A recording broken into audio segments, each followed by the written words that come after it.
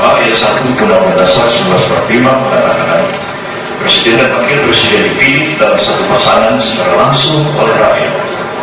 Dengan demikian, rakyatlah yang memenuhi persyaratan menurut undang-undang yang berwenang menentukan siapa yang akan menjadi Presiden dan Wakil Presiden mereka. Mekanisme pelaksanaan kedaulatan rakyat dalam menentukan pilihannya itu, yaitu di dalam pasal 22 Undang-Undang Dasar 1945, yakni melalui satu pemilihan umum yang dilaksanakan secara langsung, umum, bebas, rahasia, jujur, dan adil. Sementara organ yang melaksanakan pemilihan umum itu adalah Komisi Pemilihan Umum yang bersifat nasional, tetap dan mandiri. Karena itu, maka pelaksanaan kedaulatan rakyat dalam wujud menentukan siapa yang akan menjadi Presiden dan Wakil Presiden dalam kurun waktu 5 tahun bukanlah sekedar persoalan norma hukum yang biasa, tetapi berkaitan langsung dengan norma konstitusi. Dengan kata lain, persoalan pemilihan umum, hal ini pemilihan umum Presiden dan Wakil Presiden adalah persoalan konstitusi. Karena itulah, jika timbul perselisihan antara para pihak yang berkepentingan dalam penyelenggaraan pemilihan umum Presiden dan Wakil Presiden, maka lembaga yang berwenang memutus perkara tersebut sebagaimana diatur dalam pasal 24C ayat 1 Undang-Undang Dasar 45 adalah Mahkamah Konstitusi. Ketika menyusun Undang-Undang Nomor 23 Tahun 2003 tentang Mahkamah Konstitusi, kali ini pada Wakil Presiden Republik Indonesia menyampaikan RUU tentang Mahkamah Konstitusi pada Dewan Perwakilan Rakyat.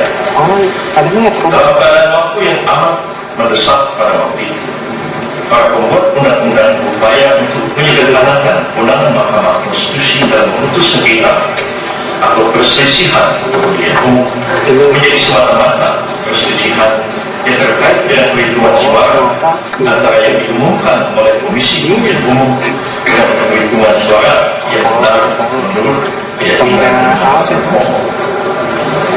Kalau hanya ini kewenangan Mahkamah Konstitusi yang dirumuskan pada waktu itu, maka mendekati kebenaran kiranya apa yang dikatakan oleh saudara Dr. Magari Kokamis bahwa Mahkamah Konstitusi hanya akan menjadi lembaga kalkulator dalam menyelesaikan perselisihan dan hanya terkait dengan angka-angka perhitungan suara belaka. Walaupun dalam perkembangannya MK dalam menciptakan jurisprudensi menilai perolehan suara itu apakah dilakukan dengan atau tanpa pelanggaran yang dilakukan secara sistematik, terstruktur, masif atau tidak.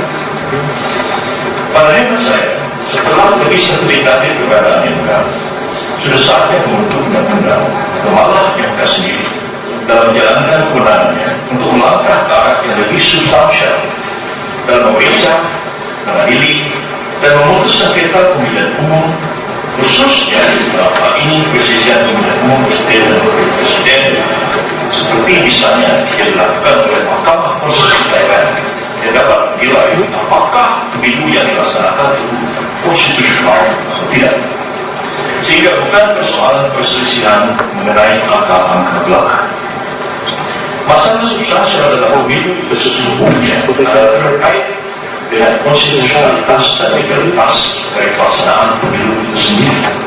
Jadi adakah masalah-masalah fundamental yang diatur di dalam konstitusi seperti asas pelaksanaan pemilu yang langsung, umum, bebas dan rahasia, jujur dan adil telah dilaksanakan dengan semestinya tidak baik oleh kami maupun oleh para peserta pemilihan umum. Dalam hal ini adalah peserta pemilihan Presiden dan Wakil Presiden, penyelenggara negara, penyelenggara pemerintahan, dan semua pihak yang terkait dengan pelaksanaan pemilu. Begitu juga terkait dengan pencalonan Presiden dan Wakil Presiden sebagaimana diatur oleh Undang-Undang Dasar. Selain persoalan konstitusionalitas, hal yang perlu menjadi pertimbangan Mahkamah Konstitusi adalah terkait dengan aspek-aspek legalitas pelaksanaan pemilu sebagai aturan pelaksana Undang-Undang Dasar 1945. Memeriksa dengan sesama konstitusionalitas dan legalitas pelaksanaan pemilu dan memutuskannya dengan adil dan bijaksana menjadi sangat penting dilihat dari seluruh hukum tata negara, karena Presiden dan Wakil Presiden terpilih harus memberi ditarik dengan lebih dulu memperoleh legitimasi kekuasaan yang kalau dilihat dari perspektif hukum tata negara, legitimasi dan konstitusional dan legal menjadi sangat fundamental.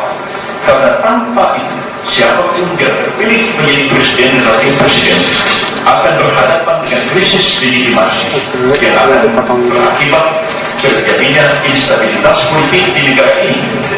Karenanya, dalam memeriksa perkara PHPU pemilihan presiden dan wakil presiden kali ini, Mahkamah Konstitusi melangkah ke arah itu. Demikian pendapat saya. Kemudian, terima kasih.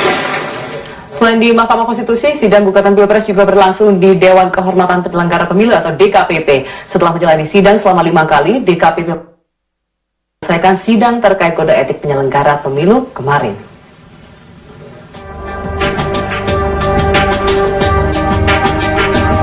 Dewan Kehormatan Penyelenggara Pemilu DKPP menggelar sidang terkait dugaan pelanggaran kode etik penyelenggara pemilihan umum. Sidang yang dipimpin Ketua Jimli Asidiki sudah berlangsung 5 kali dengan mendengarkan kesaksian dari saksi-saksi yang dihadirkan pihak-pihak yang berperkara. Dan kemarin, sidang kode etik DKPP menghadirkan saksi ahli dari pihak-pihak yang berperkara. Saksi ahli dari pihak pengadu yaitu Prabowo Hatta menjelaskan adanya dugaan lemahnya sistem IT KPU. Dia menemukan sejumlah formulir C1 yang diunggah ke website KPU tidak disertai hologram. Temuan inilah yang diduga merupakan rekapitulasi suara palsu. Selain itu, saksi ahli menilai KPU patut diduga melakukan pelanggaran kode etik. Menurut saksi, rekomendasi Bawaslu merupakan bukti adanya dugaan pelanggaran. Kami berpendapat apabila suatu rekomendasi sudah dikeluarkan, maka rekomendasi itu harus dimaknai sebagai dugaan pelanggaran. Karena kalau dia bukan bagian dari pelanggaran, rekomendasi tidak akan mungkin keluar. Rekomendasi yang melakukan hukum bagi Bawaslu sebagai alat kontrol pada penyelenggara pemilu yang lain, sebagai yang disatakan bahwa diperlukan pada Bawaslu pemilu yang independen. Sementara KPU mengklaim telah melakukan rekomendasi dari Bawaslu. KPU juga menegaskan bahwa pihak